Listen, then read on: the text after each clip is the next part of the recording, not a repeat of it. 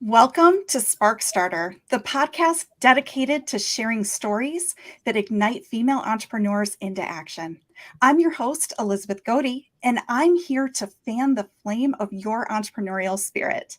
Each week, we bring to you inspiring stories of women trailblazers from around the world who have sparked change in their industries, powered their ideas into thriving businesses, and pioneered their way to success. So, whether you're an aspiring entrepreneur, a startup enthusiast, or a seasoned business leader, join us as we delve into the journeys of these incredible women whose tales will surely ignite a spark in each one of us. Today, my guest is Cierra Lueck. She has helped over 300 businesses build across their audiences and groups on Facebook, resulting in consistent and predictable 5 to 7 figure months with smaller audiences of highly qualified leads. She has been a featured speaker of Taylor Welch, Rich Chaufin, and John Madison, and is the author of Not a Sales Book. I am so excited to have her here with us today. She is a wife of 18 years to an Army veteran and a mother of 5 kids, one of which being a brain tumor survivor. She is passionate about supporting industry experts to get their voices heard by the people that need them the most with high organic visibility and engagement. I'm so excited that you decided to join us today. Cierra, thank you so much. I appreciate the opportunity to be here and to get the chance to inspire women all around the world. I think that you're doing a really cool thing with the StartHer podcast. So thank you. Well, of course. So let's start at the beginning. You obviously have an incredibly successful business where you're helping inspire other businesses. So what was your inspiration point? Why did you decide to start on this path?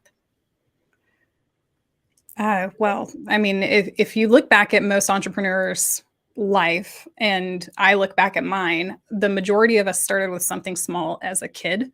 And so for me, I really was entrepreneurial from the time I was little. I was trying to create things that I could sell to my friends because there was this one time I was at the store with my mom and my mom looked at something on the shelf. I used to go to the store with her. She would just buy me like something small every time we went. So I got really excited every time we got to go to the store. And there was this one day that I asked her for something and she was like, "We don't have the money for that. No, I'm not going to get it for you." And I remembered that moment and I was like, "Oh, well then I just need to make money."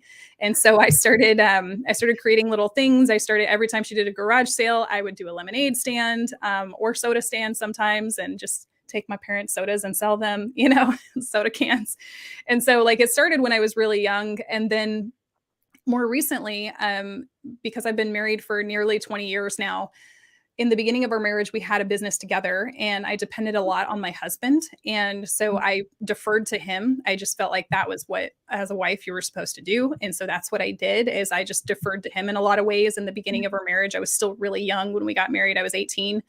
And more recently, about 3.5 years ago, he was in the military whenever I launched my own consulting business. And it just got to this point where with my son's health issues, I was looking at my son, needed to give him a reason to live.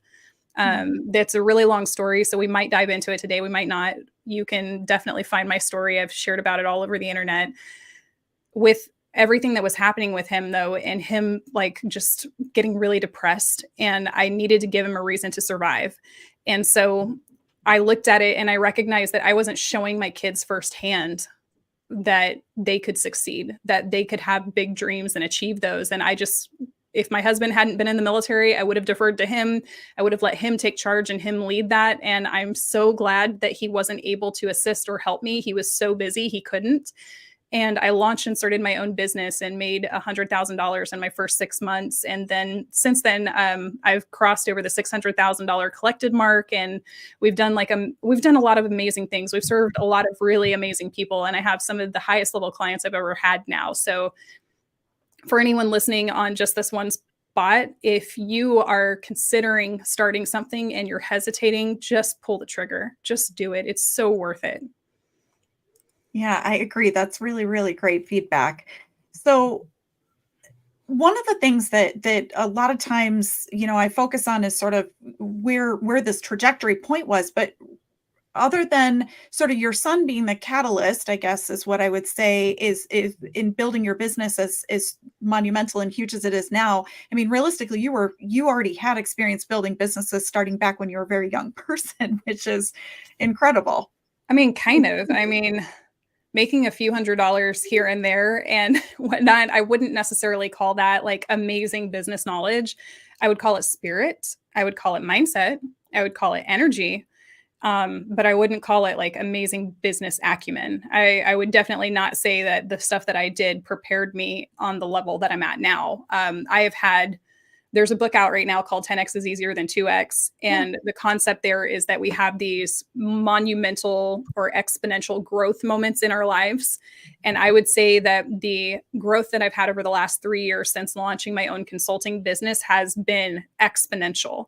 And I've kind of tapped into those ways that I can leverage exponential growth again and again and again. And I recognize when I get to plateaus, it's very similar. It's so funny how many parallels there are to what one would have as a fitness journey and what one would have as a business journey. There's so many different parallels, but like in the fitness world, like you like plateau at some point, you like stop losing weight no matter how hard you're working out or no matter what foods you're deciding not to eat or deprive yourself of.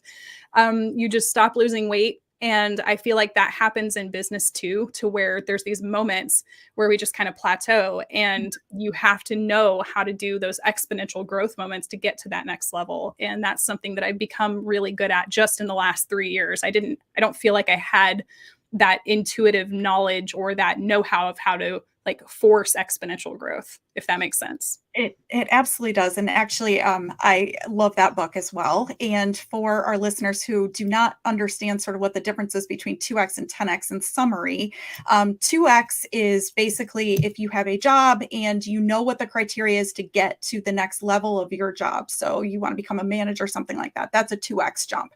A 10X jump is I'm going to do this completely in a different way, in an innovative way, and create something that does not already have a predetermined path. So they both are still growth. They're just at very different rates. And I love you talking through that, Cierra, because it's such a great moment to talk about. And I think as an entrepreneur, all entrepreneurs are 10Xers in some way, shape, or form. And whether or not they're flexing that muscle entirely like you are, that's where I think, you've certainly been able to help. I know that I read in your intro that you've helped more than 300 people be able to grow into these 6 and 7 figures. Can you dive into a little bit more specifically about what you do to help them get that type of growth?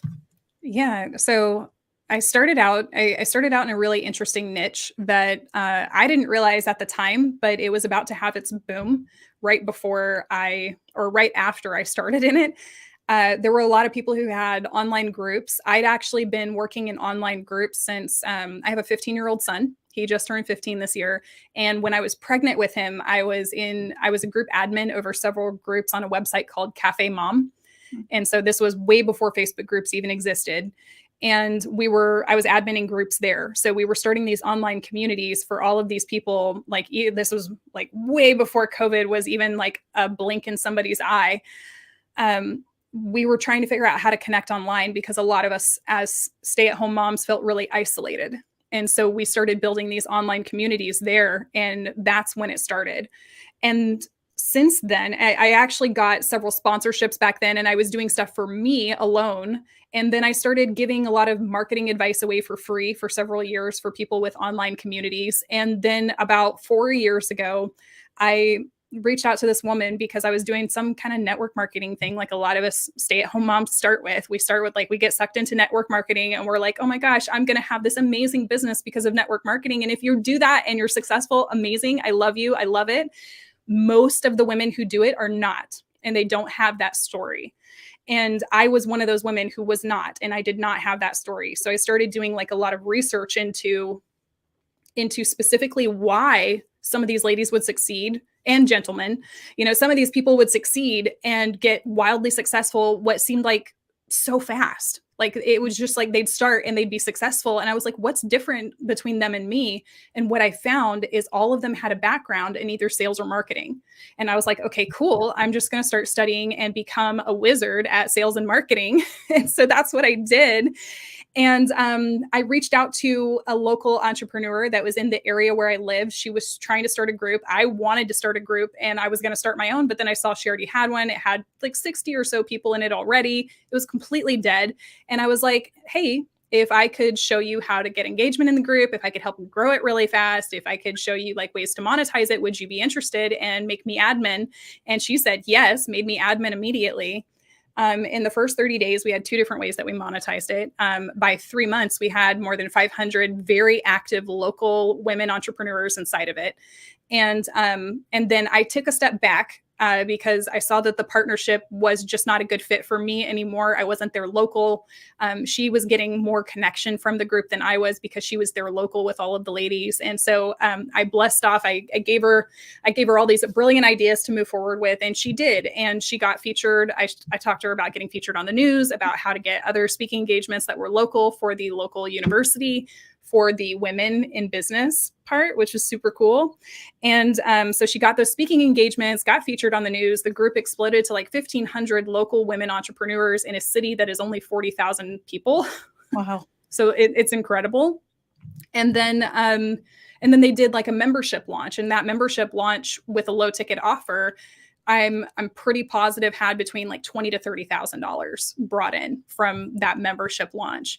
And so she was able to take something that was not doing anything for her, that was not working, and she turned it into what she really wanted, which was a life-giving atmosphere where these women could come and collect and gather together online and be able to connect while they're still doing all of their mom things and stuff like that, because the majority of the women were moms. There were a lot that weren't, but the majority of them were moms, so they didn't feel so isolated. And I feel like that was kind of the catalyst. That was my jumping off point. Now I've worked with so many different entrepreneurs to create amazing and thriving online communities. If you look under my name, it says community engagement strategist. And it's because my goal is actually to help people create this wild engagement that like starts a movement. Kind of like, we have all these great movements throughout history where it's like there's the civil rights movement that created out brilliant things like the Black History Month, and created out several days of celebration. It created out and made changes to our society and the way that we shape our society because of that movement. And I want to help these entrepreneurs who are experts who just can't get their voices heard to be able to create these movements with online communities. And will that always be Facebook groups? Probably not. Facebook wasn't even a blink in anybody's eye when MySpace existed. So that's going to shift and adapt over time. And I think people need to know, how do I shift and adapt? And how do I create this mass movement to where all the people who need this can hear my voice? And so that's really what I do. Excellent. In a long nutshell. I love the long nutshell because I think it explained and really visualized for people, in a tangible way, what it is that you do. And I love that.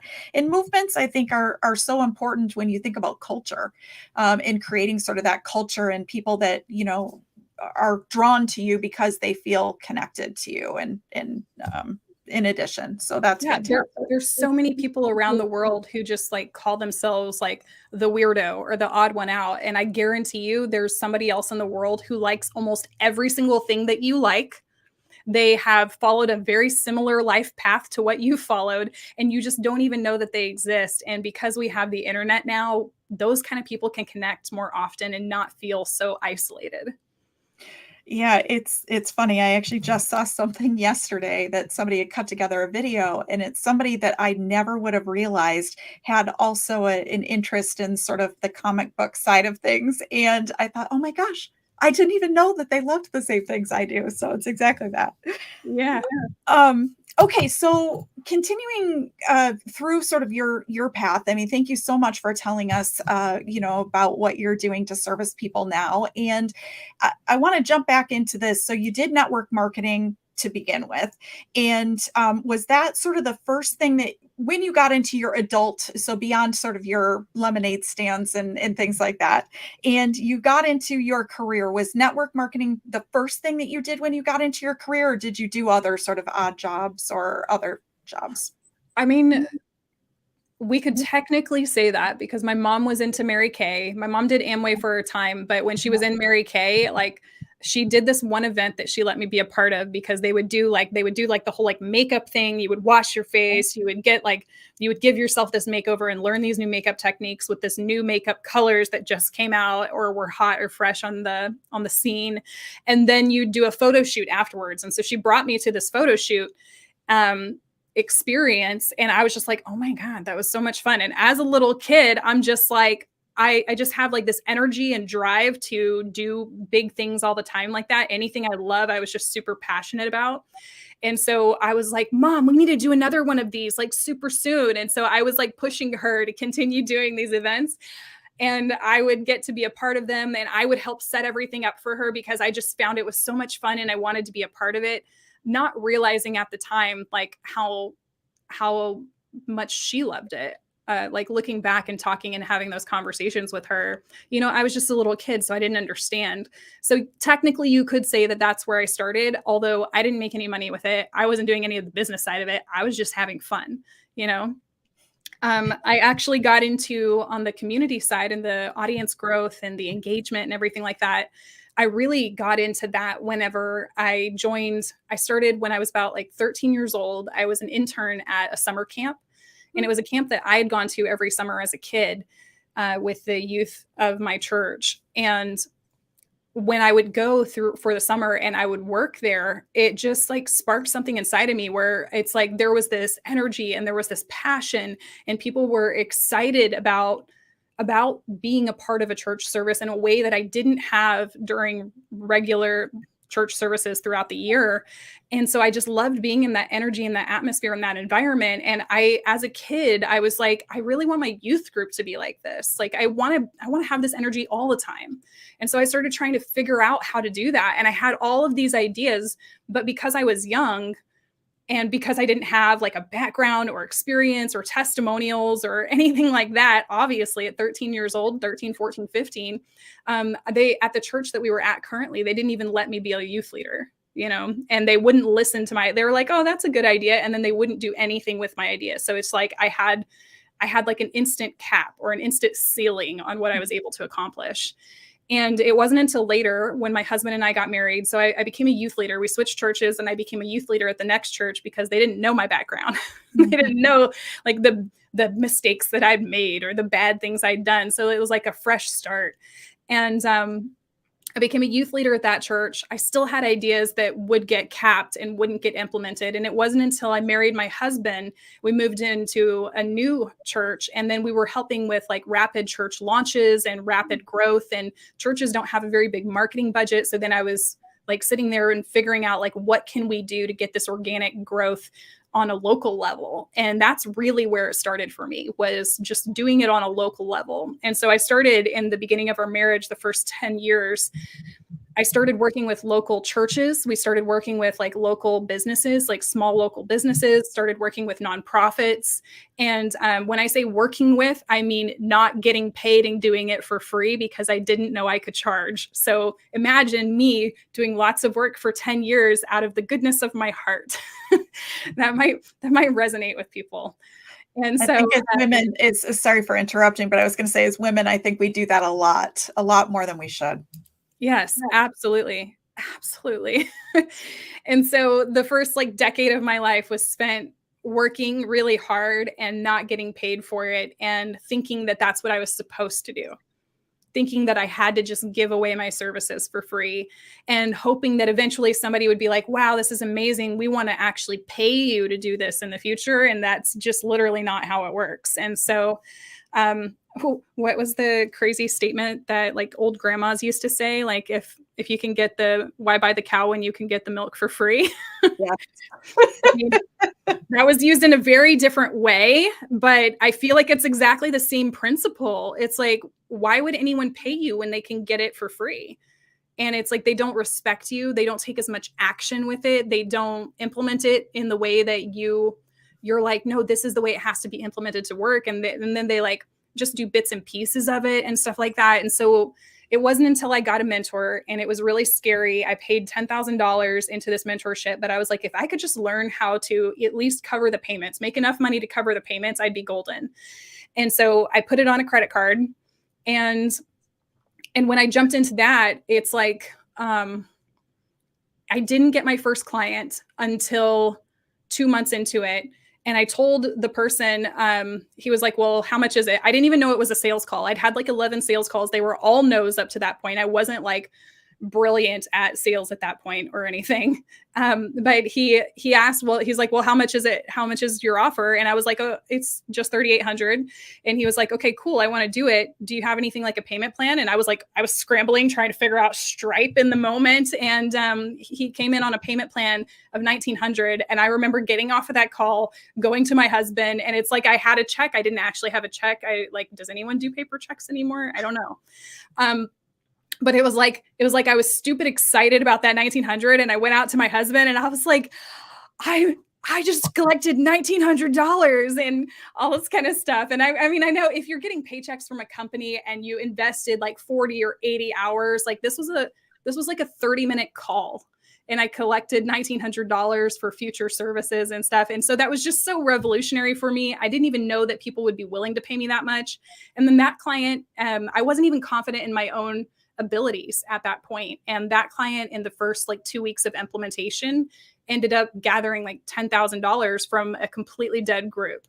And so it was just like, then he paid me the other half early. And it just built all this confidence inside of me. And I think, it's like, you have to win and you have to help others win to have that confidence to move forward. Shoot. Yeah. I did it again. I don't even remember what the question was. No. You're doing fine. Everything that you provided back was just perfect. We were talking about sort of where you started your career, like what was your first job? And I think you actually sort of took us through most of the whole path. And actually, fun fact for you, I actually used to work for Amway Corporate. So someday we'll have a separate conversation about that. So moving forward, so you obviously are very passionate about what you do. And I think that probably shows in all the success of your clients that are out there. But I do want to jump back and talk a little bit about this inspiration, because we talked about it in the very beginning, but I wanted to come back to it now. So you said part of what's really been a catalyst and driver for your success, outside of the story that we just heard about the being able to hold the check, or I guess now we do printouts from Stripe, is your son. And your son, I had mentioned it in the intro, has is a brain tumor survivor. And so can you speak a little bit about how your business was sort of an inspiration for him, and ultimately helped make you really successful? So I think it's vice versa, that his story and his journey was an inspiration for my business. Okay.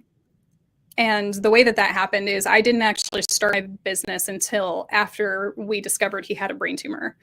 And what it was is, I remember it like it was yesterday, the summer of 2019, the year before COVID. So before COVID, everyone else, like COVID was like the year that their world fell apart. For me, it was the year before COVID. And COVID was actually a great year for me. So in 2019, the summer of 2019, it was July 28th, the Saturday morning. It sticks out in my mind. You know how trauma does that sometimes. It just like pinpoints and drops a pin in your life story, in your history. And so it was that morning. He was preparing, we slept in, it was a Saturday. He was preparing brunch because we taught all of our kids how to cook from a young age. So he was making grilled cheese sandwiches for us. He's 11 years old at the time. And his sister's mad at him. Like they're so close in age. They're 19 months apart. I thought that was going to make them best friends. It did not. It made them like frenemies. And so his sister was mad at him, and she was sitting at the dining table. We had a nice big open concept. He's in the kitchen. My husband and I are on the couch, and he's cooked lots of times before. So he has autonomy in the kitchen, right? So my daughter's sitting at the dining table, and suddenly, even though she's mad at him, I hear her and she's like, Israel, are you okay? Israel, did you burn yourself? And it's just like kind of quiet and hushed. And so I tap my husband on the leg and I'm like, hey, can you go in there and check on that? And he goes into the kitchen right behind us. And it's just completely silent for like a minute or two. And I'm like, okay, I'm just going to get up and go check what's going on. And I walk in there, and to my horror, in silence, it felt like time stood still in that moment. My husband is holding my son's hands over the sink, and it is just absolutely quiet, like eerily quiet. And I look at his hands, and the fingers on, or not the fingers, but the skin on his fingers and palms looks like egg noodles. And I'm just like horrified, because I'm like, what happened? It's like all of these questions suddenly start firing off, and I don't know what to do. And I kind of am in that moment of shock. And then suddenly he snaps to and starts screaming in pain. And it's like, then it's just a little bit of chaos and pandemonium. And it's like, when you're in fight or flight, it's like, sometimes when my kids are hurt, my husband is like the perfect person, because he knows exactly what to do to triage, to get the stuff taken care of. And for me, I'm very, in the past, I would get a little bit more scattered. And so I actually ended up becoming a person who, in the moment of that, I'm like, okay, assessing like, what do we need to do? And it's like, okay, you go get Band-Aids, you go do this, you go do that. And so my husband sent me, because I didn't know how to handle this one. My husband sent me to go get first aid kit stuff, and we ended up, he had some special stuff from his military career, and he put it on my son's hands, and then wrapped it in gauze. And we called and we ended up having to go down to ER. So we drove 30 minutes down to Lawton. We were in Oklahoma at the time. We drove 30 minutes down to Lawton. And then we ended up having to drive an hour and a half back the other way to another hospital that evening, because they didn't have a burn facility at the ER that was closest to us. And so we ended up going to the burn facility, and it was when we were at the first hospital that we realized it was because he was having seizures. Wow. For anyone who doesn't know, seizures are not just where people start like rapidly shaking and all of that kind of stuff, which is what you would expect from what's widely spread. There's something called focal seizures that most people don't know about, and these are early warning signs. And so some of the stuff that my son had happen is he was starting to like pee himself, and he didn't remember peeing himself. And that was because of the focal seizures. And so what a focal seizure looks like is the person just spaces out. They're not really responsive to you, or if they are, it kind of comes out like sludge, to where you can't really understand what they're saying. It sounds like they're mumbling or something, and they look like they're still doing the activity. Their body is still operating and doing the stuff that was programmed into it to do. And so it's really scary, like super scary. So from that point,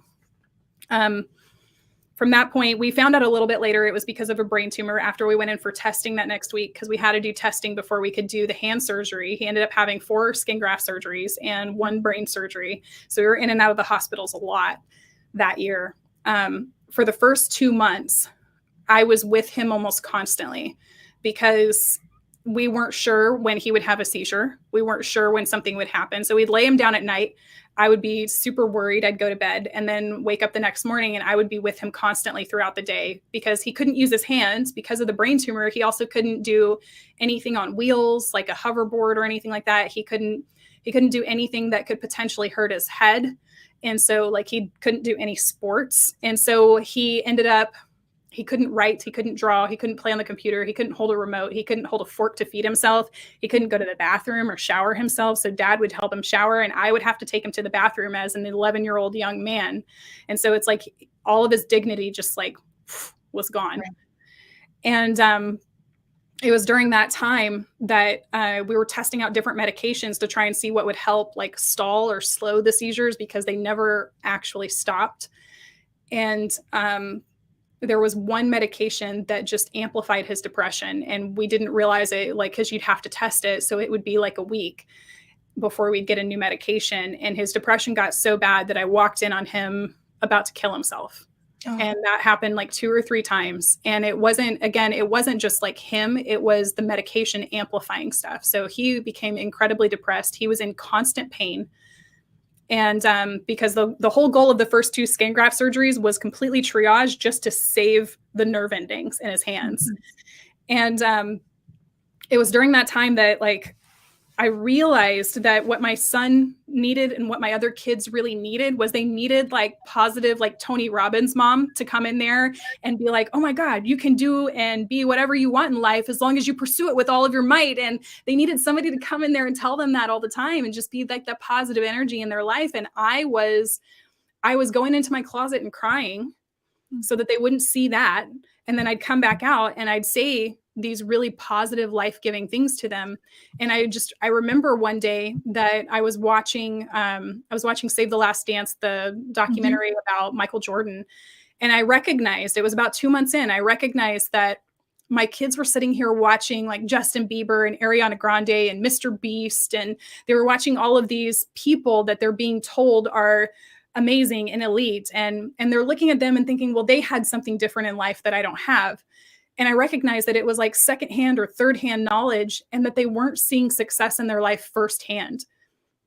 And it was that moment that I was like, I have to succeed and I have to show them that it's possible. Like, I can't be telling them, like, I went into my closet that day and I came out and just what I said earlier, like, I told my kids, you can do and be whatever you want in life as long as you pursue it with all of your might. And that's the day that it hit me that I wasn't showing them that firsthand, that I had to step up and I had to be the one to show them what success looks like. Because if I didn't do it, who was going to do it? Who's that going to fall to? Right. And so that was the day I decided. And I just started researching everything I could find online. And I had already purchased into some like DIY course that I thought was going to have coaching and didn't. It was like $2,000. I didn't know that was low ticket because to me at the time that was high ticket. And so I didn't get coaching and I tried that and I held my first event and 3 people showed up. One was my mom and it was a paid event. One was my mom and one was my aunt who my mom paid for. Yeah. And then one was one of the ladies who was in the program with me who wanted to support me. Yeah. And so it was those 3 people. The event went well. They liked it. They enjoyed it. It was good information. But I wouldn't say that I was like wildly successful with that event. And that was like December of 2019. And so I kept researching. My mom ended up finding a book of the mentor that I bought into later. She found a book online. She was a part of a funnel and she let me borrow it. And so I read through the book and I was like, oh my God, this is so good. I need to do ads at some point. I still like have not gotten into it. I'm about to launch into ads. So it's like, it took me 3 years to build up the confidence to do this, guys. That being said, I read that book and then I was so mad that I didn't have it on my own shelf that I like went and researched it online and found it and purchased it. And then 2 days later, I got a call from their sales team, not realizing it was their sales team. Yeah. And I got a call 2 days later from their team and they were like, hey, we just wanted to see if there was any help, any other additional resources we could give you or any kind of help that you needed. And they walked me through and I told them, I was like, well, I just registered for getting a certification in college. I got a scholarship for it. And so, or a grant, I got a grant for it for getting a certification at a university for social media marketing and digital advertising. And then I was like, and I also just jumped into a video marketing course, which was like $500. So I spent $2,000 grant dollars here and $500 here. And he was like, I was like, so I'm going to build out this plan. And then in May, I'm going to do something really amazing. And so this was March. And it was like literally 2 weeks after my son's brain surgery. And I was just like, okay. He asked me, he was like, why are you waiting until May? Why not just start getting clients now? And I was like, I heard him and I was like, well, why not? That was the question that went off in my mind. I was like, oh yeah, why not? And then I was like, honestly, I just don't know how. I don't have a clear pathway. And he's like, well, we have that inside of our program and we could show you. And I was like, that's cool. And then I was like, but I don't even know what I would offer them right now. Like, I don't have anything built out. Mm-hmm. And he's like, well, you mentioned about like the Facebook group stuff. He's like, why not just do that? And I was like, cool, why not? And that was when I decided to go all in on it. And it was like one conversation I attribute to that. And he actually gave me the recording of that conversation about a year later. And so I have that, but that was like one of those moments in my life where just everything shifted and changed through one phone call. And I would encourage anybody, if you're doing sales calls or like even Elizabeth, like today, it's like, you never know how much one call is going to change somebody's life. Right. And they usually don't tell you, by the way. And so if you are ever feeling defeated, just like imagine what happened to me and let me be that person for you, and just pretend like I'm the one person, because there are seriously so many people that you've probably touched and changed their lives forever with just one call, and you just don't even know about it. It's interesting that you bring that up. I think that we all spend a lot of time, and certainly, a lot of your business, if not all of it, is spent online. And you do these calls and you go live and you show up and you do all these things. And then, it's I know they're referred to as vanity metrics, but they really do affect your mood sometimes. So I am absolutely going to use your story to keep me propped up, because gosh, I wish I had a recording of exactly the pivotal moment that I went through, instead of just freeze it in my mind. So moving into sort of the last sort of closing piece of this, a couple of questions for you. One is, what was the biggest surprise that you had? So would you say it was sort of that moment of the why not moment, or what would you say has been your biggest surprise in your entrepreneurial journey? The biggest surprise. That's interesting, because I feel like there's so many different ways that could be taken. Like there's so many different ways that surprise can be evolved into. Do you have a specific kind of surprise that you would go for with that question? No, I usually let people take it in whatever direction that they want to. If you want, I can give you some boundaries. Well, so there's surprises in the aspect of, I thought when you hired people that they just followed through on what they said. And I was very shocked and blindsided to find out that you would hire people and they would sell you something that they didn't have, that they didn't actually have proof or results or evidence for. I didn't think that people were like that. So I was very naive when I was hiring people for the first time. That's one of the things that I now stand against in my marketing, is like people who market something that's not true, or they take and twist their past or their testimonials to say something that actually isn't reality. It isn't the real thing about what happened. I know a few marketers right now who are amazing at client acquisition and then suck at fulfillment. And it's like, I love you and I hope that you get better at it, but right now you suck at fulfillment. And the thing is like they'll take like a principle of like something that they've accomplished and they'll attribute it to something that it's not even attributable to, or they'll leave out the details, like consciously and purposefully leave out the details of other things that had to be in place to make that happen. And so these people, Brian Tracy gave me this really good advice like 5 or 6 years ago when I was following his stuff. And he said that if you want to do something in life, no matter what that something is, something that you want to attain that somebody else has already done, just follow their journey and look at what they did to get there. And then just imitate or mimic exactly what they did and you'll get there. And when these entrepreneurs tell this story in such a way that is not the actual journey of how they got there, all these people are taking this amazing advice. It is such good advice from Brian Tracy and other men and women like him who say to mimic it. They're mimicking just like they said, except that they're mimicking the wrong things because these people are selling a story that's not true. Right. And that, okay, but now that's got me thinking about one of our favorite martial artists. I'm trying to remember, Tony Jaa is his name. And the thing that was so remarkable about Tony Jaa is that he watched all of these martial arts movies from the time he was a kid. Mm-hmm. And while watching these martial arts movies, he did not know that they were special effects or that they used strings to do and perform these acts inside of these martial arts movies. So he practiced doing them and became very agile and fit and was able to do things without special effects. And then when he got discovered, his movies were phenomenal in what he was able to do because he didn't realize that they were like double takes or multiple takes and that they were special effects and that there were strings. And so he learned how to like jump up the walls and he learned how to do these like really high flips and he learned how to like jump through tiny spaces and slide through them without getting hurt. And all of these like really crazy physical feats that you would just think is completely impossible without special effects. He learned how to do them because it created this new belief inside of his mind. And so I can see the positive benefit of these stories that they're selling, that like you can do it with just this, because it opens the mind, like, how can I do it with just this?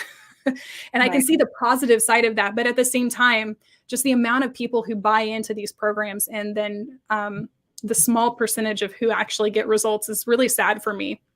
And so I like, it's very important to me to empower people who can get people real results, to be able to get their voices heard, and to be able to create like, not a justice system, not a justice system, but like a feedback system, a feedback loop that allows people to see the reality of what's on the other side, because you almost feel like everything's your fault if you don't get results inside of a program. And a lot of times it can be because people don't take action on something. And there's also the possibility that perhaps the program didn't have exactly what's needed and they shouldn't have sold certain people into it. And so in the beginning, just know there's going to be mistakes. There's going to be things that are made. And I would say that for me, to flip this like surprise element onto like the lesson learned, because realistically, I have surprises every single day, every single week, every single month. And a lot of them are big. And I'm like, ooh, like, ooh, that's new. With any surprise, it's like turning it around and learning from it, and finding the way forward. I told my kids and I told my clients recently, it's so funny how energy shifts in this way, and a lot of things happen very similarly at the same time. The lesson that was learned recently is that conflict is inevitable. Conflict is going to happen no matter what. And it's not about the conflict. It's what you do with the conflict. It's what happens afterwards. Mm-hmm. And so the way that you treat people is more important than the actual, here's a good phrase for it. It's better to do right than to be right. Mm-hmm. And so it's not about the conflict itself. It's about how you handle it afterwards. And so I've literally, with every mistake that I've made in my business, or that I feel that I've made, one of the things that I've learned to do is to, instead of apologizing and saying, I'm so sorry. And sometimes there are places where you should apologize. And that's what people are waiting for from you, is they really just wanted an apology. And if you would give them an apology, everything would be fine. In other areas, like with clients, for instance, if you apologize, it's like admitting fault, and then they have grounds for doing some kind of legal action. And so to protect yourself, what I recommend doing instead of apologizing is to say, I appreciate your patience. Because it's like, it's like saying, I'm human and you're human, and I appreciate your patience with me being human. Mm-hmm. And it's in that moment of appreciation where they start to think more highly of you. You're expressing how you think highly of them, and you're acknowledging it without saying like, I'm bad and I'm guilty, because you're not bad and you're not guilty. A lot of times it's accidents that happen. And so even if it's an accident, like, especially like I had a conversation, I have a 6-year-old, and I had a conversation with him, and he didn't feel, or I guess it was my 9-year-old hurt him in this day, on this particular instance this last week. She didn't feel like she did anything wrong because it was an accident. And she was like, why do I have to apologize? And I was like, oh, that's such a good point. Like, why should you have to apologize when you didn't do it on purpose? And she feels like apologies are held for purposeful things, And so it's like, well, because even if you do it accidentally, you should not feel great about the fact that it happened in the first place. And so saying something along the lines of, I'm human, you're human. I appreciate your patience with the fact that this happened. It was an accident. And it's always about the way forward. And so this also dives into like another principle that I live by, which is, don't bring a problem to your mentors or your parents or your people or your team without possible solutions. And so there's like 3 different options whenever you have a problem. You can have multiple solutions. You can have and ask for like, which one should I do? You can have one solution and ask for feedback, or you can have no solution and be like, I tried and I just have no clue what to even do with this. And so one of those three options, but go through your options before you bring up the problems. Otherwise it's not as valuable for either person. So I just gave a lot of principles and a lot of lessons from like the surprise factor. I know. I love it. It's going to be this entire time block in the podcast where people are going to be like, I really want to hear that part. So in addition to that, do you have employees? I don't have like W-2 employees. I have 1099 contractors. I think that's like, I honestly feel like that's the best way to go in the beginning. Whenever you're first building your business, there's no need to have employees until you're ready to move into like S Corp territory, which we might be doing at some point over the next year. But whenever you're LLC'd, like having 1099 contractors is easier. It makes tax time really easy. We use TurboTax right now. We've done our own taxes since we had our construction business back in the day. So yeah, I don't have W-2 employees. So what we talk about a lot on this is how we reduce the funding gap and the pay gap, right, with women to men. And so the reason why I always ask everyone is, do you have any employees, is really to get at, do you feel like you're making a difference in your business, addressing sort of the pay gap? So my question to you is, whether it's 1099 or it's W-2, do you feel like you compensate women at the same level as men? How do you feel like you're addressing that with the people that you have working? I have one man on my team. It's my husband, and he definitely makes way less money than I do. So I just swung it the opposite way. I was like matriarchy or something. Yeah, I've had very few men that I've worked with, and it's not because I don't like working with men. It's just because in the nature of what I do in my business, I require high empathy. And I honestly feel like women are better with empathy than men are, just because it's in our nature.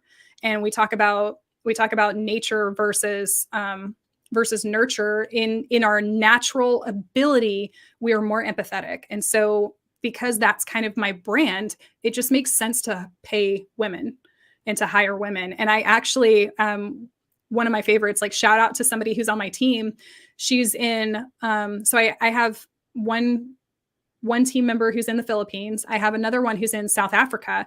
And in South Africa, like the exchange rate is so ridiculous, like absolutely ridiculous, to where I've actually coached her through raising her prices, and she has raised her prices effectively over the last, because she came in as a client first and then I hired her.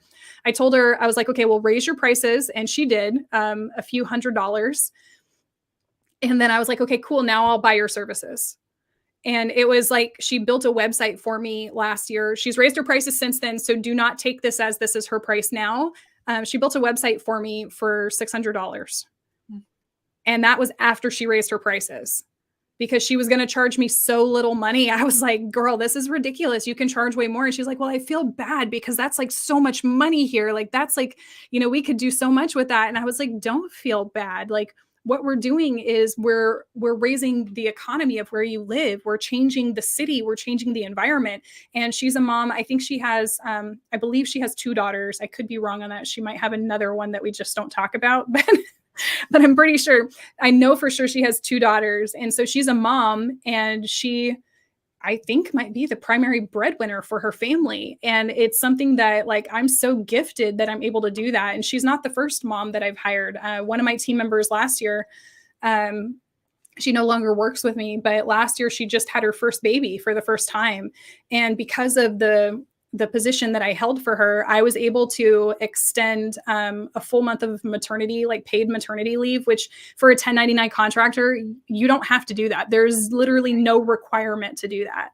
Right. But because of my business, I was able to extend that to her. And I just think that it's so cool to be able to, as an entrepreneur, change people's lives. And the only way you can do that is by charging more and selling higher services and stuff like that, and making more money. That's really the only way that you can monetarily change people's lives. and just change like the direction, like the entire direction of what they think is possible and where they think they can go, is by introducing that into their lives. I personally hate for money to be a limiting factor for anybody. Yeah. That's just something I hate. I hate money as a limiting factor. Whatever you dream in life, you can have that open opportunity. And I think that as far as the wage gap goes, like I really don't pay attention to it, because you can literally create whatever you want. And unless you're in a corporate world and you're stuck in corporate ways and you're doing a corporate job and stuff like that, and in which case be better than the other people there. I personally don't like the equal opportunity thing. And I know that this is really controversial to say that, but I don't like the equal opportunity thing, because what it's done is it's stopped the competitive nature of the hiring process, to where people actually work harder, to where now people actually, like, they're required to hire a certain number of women or a certain number of whatever. And so even if there's nobody available except this one person who is absolutely like not as skilled as all of the other candidates, they're required to hire that unskilled person, which defeats the purpose of being able to build this amazing business with the top experts. Right. There are amazingly skilled women out there, but they're just not applying for some of those equal opportunity jobs, which blows my mind. Like, the people who are unskilled are applying for these jobs and getting them because of the equal opportunity side of it. And so as far as bridging the wage gap, it's like, go out there and be the best, because you're capable of it. I'll tell you why there aren't women filling those roles, and it's because we feel like we have to be overqualified for the position before we apply for it. But that's for another show. So I have two last questions for you. One is, if people want to connect with you, how do they find you? First off, you can find me on Facebook. I'm there literally all the time. You can find me on Facebook. You can find me on any social media. My name is Cierra Lueck. It's Cierra. Last name is Lueck. And you can find me literally anywhere. You can even Google me, and you will find me all over the internet. Excellent. And the last is, if you were to give one word or a short phrase as inspiration for future female entrepreneurs, what would that be? There's so many I could go with. My favorite, though, is that the darkest storms are always followed by the brightest rainbows. So if you're in a storm, keep going. The rainbow's coming. I love it so much. Well, Cierra, thank you so much for joining us today. It's been an absolute delight to have you. And thank you to all of our listeners for joining us today on the StartHer podcast. It's been a pleasure bringing you the uniquely inspiring stories that ignite female entrepreneurs into action. I've been your host, Elizabeth Godey, and on behalf of all the awe-inspiring women entrepreneurs out there, I encourage you to not only dream big, but to ignite those dreams into action. Remember, every spark can lead to an extraordinary fire. So keep the spark alive, ladies, for today, tomorrow, and the vibrant future beyond. And don't forget to subscribe to our podcast to never miss a spark. Until next time, stay ignited. And I know that we have somebody who is still joining us live. And so I wanted to give the opportunity for people who are tuning in live, if they have any specific questions that they'd like to go over with Cierra, you can pop it in the chat and we can address those now. And if no one has any questions, then we'll sign off. Super fun. I see Wendy had put in her name when she was on here, and then somebody else's Facebook user. Yeah. It's one of those hazards of StreamYard. You have to actually give StreamYard permission to see who you are. Well, it doesn't look like we have any questions, so we're going to sign off for today. But Cierra, I will definitely have you back again, because I have so many more questions for you and just not enough time. Oh, I so appreciate you, Elizabeth. Thank you.